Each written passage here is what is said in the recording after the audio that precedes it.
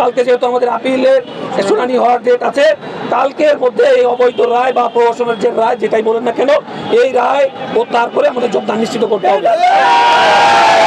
আমরা তৃতীয় ধাপের ভিতরে পড়েছি, ঢাকা চট্টগ্রাম বিভাগ। তো এই বিভাগে আমাদের রেজাল্ট দেওয়া থেকে শুরু করে যোগদান দেওয়া পর্যন্ত অনেক বিলম্ব হয়েছে। যতটা বিলম্ব হয়নি প্রথম এবং দ্বিতীয় ধাপে, সেই বিলম্বর সূত্র ধরে আমরা দীর্ঘদিন রাজপথে আন্দোলন সংগ্রাম করতেছি। তারই ধারাবাহিকতায় গত 4 দিন ধরে আমরা প্রেস ক্লাবে অবস্থান করেছি এবং গত শুক্রবার আমাদের জানেন যে যমুনার দিকে প্রধান উপদেষ্টার বাসভবনে আমরা যাত্রা করেছিলাম। সেখানে অপ্রীতিকর ঘটনা ঘটেছে, তার ব্যাখ্যা আমরা দিয়েছি। আজকের বিষয় আসি। কালকে হচ্ছে আমাদের প্রধান উপদেষ্টার কার্যালয়ে যাওয়ার কথা ছিল। সেখানে আমাদের বলা হয়েছে যে তোমাদের 5 থেকে 6 জনের একটি প্রতিনিধি দল তোমরা সিলেক্ট করো এবং তোমাদের 6 জনের সাথে প্রধান উপদেষ্টার সাক্ষাৎ হবে। আমরা বড় আশা নিয়েছিলাম যে প্রধান উপদেষ্টা মহোদয় আমাদের সাথে সাক্ষাৎ করবেন, কিন্তু দুঃখের বিষয় আমরা ওনার কার্যালয়ে গিয়ে আমরা ওনার প্রেস সচিব, ওনার পার্সোনাল অ্যাসিস্ট্যান্ট যে তার সাথে এবং আমাদের প্রাথমিক এবং গণশিক্ষা মন্ত্রণালয়ের যে অতিরিক্ত সচিব মহোদয় তার সাথে কথা বলেছি এবং কথা বলে আমরা এতটাই কষ্ট পেয়েছি যে আমাদের যেহেতু চাকরির একটা ইস্যু, এই নিশ্চয়তাই আমরা পাইনি। টোটালি উনি আমাদের কোনো নিশ্চয়তা দেয়নি, বরং উনি কালকে একদিনের সময় চেয়েছিল, আজ দুপুর পর্যন্ত।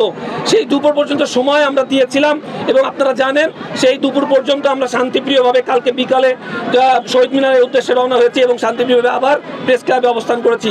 আজ দুপুরের পরে যখন দেখলাম কোনো পক্ষই আমাদের সাথে যোগাযোগ করতেছিল না, সেই মুহূর্তে আমাদের কোনো কিছু না ভেবে আমরা এই শান্তিপ্রিয়ভাবে শাহবাগে ব্লক করি, কারণ আমরা কোনো পক্ষ থেকেই কোনো রেসপন্স পাচ্ছিলাম না।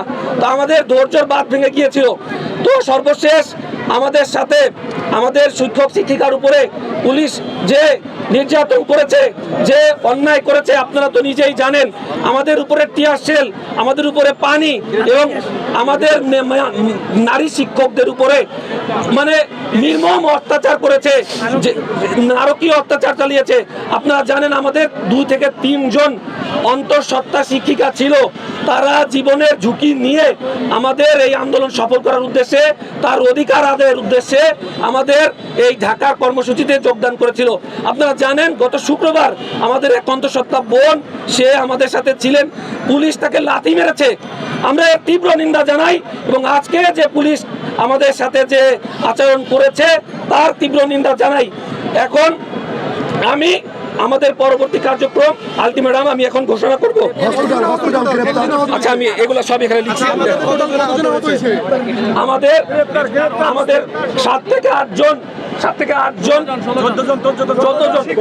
14 জন শিক্ষককে পুলিশ গ্রেপ্তার করে থানায় নিয়ে গিয়েছে এবং 10 থেকে 12 জন 2 জনের অবস্থা খুবই সংকটজনক। আপনারা গিয়ে খোঁজ নিয়ে দেখবেন, 2 জনের অবস্থা খুবই সংকটজনক। তাদেরকে হাসপাতালে ভর্তি করেছে। 10 থেকে 12 জন গুরুতর আহত অবস্থায় আছে। এখন আমাদের যে লাস্ট আলটিমেটাম আমি ঘোষণা করতেছি, আমাদের 6টি আলটিমেটাম এই মুহূর্তে আমাদের আছে, সেটা ঘোষণা করতেছি। আলটিমেটাম নাম্বার 1 হচ্ছে আমাদের দাবি না আদায় হওয়া পর্যন্ত আমরা এই স্থান ত্যাগ করব না। দ্বিতীয় দাবি, বিনা কারণে গ্রেপ্তারকৃত ভাই বোনদের 1 ঘন্টার ভিতরে ছেড়ে দিতে হবে। 1 ঘন্টার ভিতরে ছেড়ে দিতে হবে। আমাদের দৃষ্টিতে তাদের কোনো অন্যায় নাই, তারা অধিকার আদায় এখানে এসেছে, সুতরাং তাদের 1 ঘন্টার ভিতরে ছেড়ে দিতে হবে। তারপরে পুলিশ কর্তৃক মেয়েদের গায়ে হাত দিয়েছে, এটা তীব্র নিন্দা জানাই। এখানে নারী পুলিশ ছিল, নারী পুলিশ দিয়েও তো নারীদের গায়ে হাত দেওয়া যেত। পুলিশ কেন নারীদের গায়ে হাত দিবে, এর তীব্র নিন্দা জানাই। এবং 3 নম্বর দাবি হচ্ছে আমাদের দাবি আদায় না হওয়া পর্যন্ত আমরা রাজপথে আত্মহত্যা করব। এবং 4র্থ দাবি হচ্ছে পুলিশ কর্তৃক ভাই বোনদের চিকিৎসার ব্যবস্থা করতে হবে। 5ম দাবি হচ্ছে যেহেতু এই সরকার আমাদের সুপারিশ করেছে, আমাদের তো বলিনি যে আমাদের সুপারিশ করেন, এই বৈষম্যবিরোধী সরকার যেহেতু আমাদের সুপারিশ করেছে, এই বৈষম্যবিরোধী সরকার আমাদের আবার কেন অধিকার নিয়ে যাচ্ছে? যেহেতু তারাই সুপারিশ করেছে, আমরা তো এখানে ভিকটিম না, আমরা তো এখানে বলিনি সুপারিশ করতে, তারাই যেহেতু সুপারিশ করেছে, সেহেতু আজ কেন আমরা রাজপথে, আমাদের এই রাজপথ কেন রক্তাক্ত করলো, এর বিচারটা জবাব চাই আমরা মূলত। এবং 6 নম্বর হচ্ছে অবৈধ প্রহসনের এই যে রায়, আপনারা যে জানেন এই যে রায়, এর কোনো যৌক্তিকতা আমরা খুঁজে পাই না।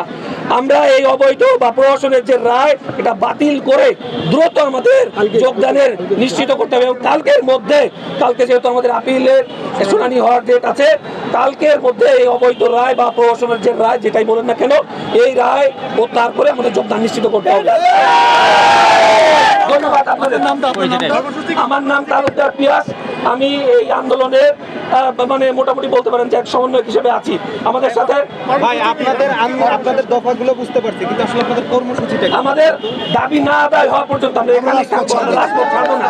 আমরা এখানে অবস্থান করবো। জানেন 4 দিন ধরে আমরা প্রেস ক্লাবের সামনে সারা রাত দিন রাত বসে আছি। 24 ঘন্টা। সুতরাং আমাদের কাল পর্যন্ত আমাদের যোগদান না পর্যন্ত আমরা এখানে আমরা অবস্থান করবো।